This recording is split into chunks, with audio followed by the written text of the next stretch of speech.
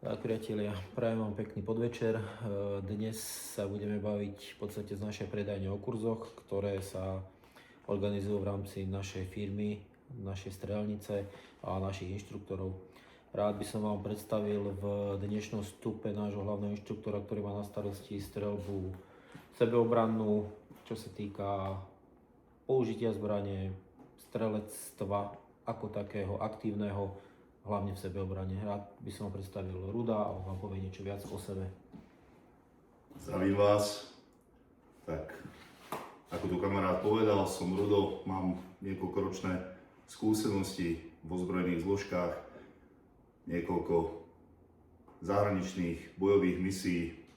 Tak touto cestou vás chcem aj prizvať, aby ste absolvovali kurzy u nás, či už je to príprava na zbrojné preukazy, alebo rôzne stupne kombat streľby, či už z krátkych alebo dlhých zbraní.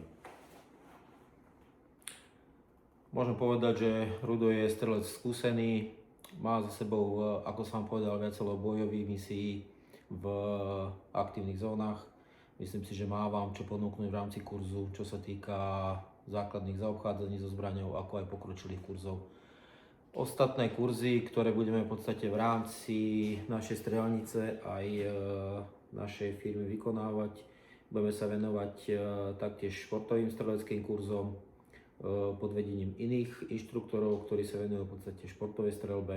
Takisto sa budeme venovať dlhým zbraniam, ako krátkym zbraniam, samonabíjacím zbraniam.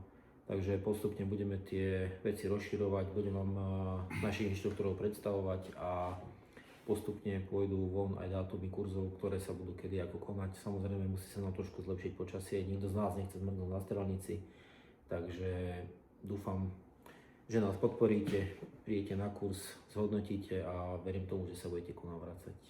To je na dnes všetko. Ďakujem.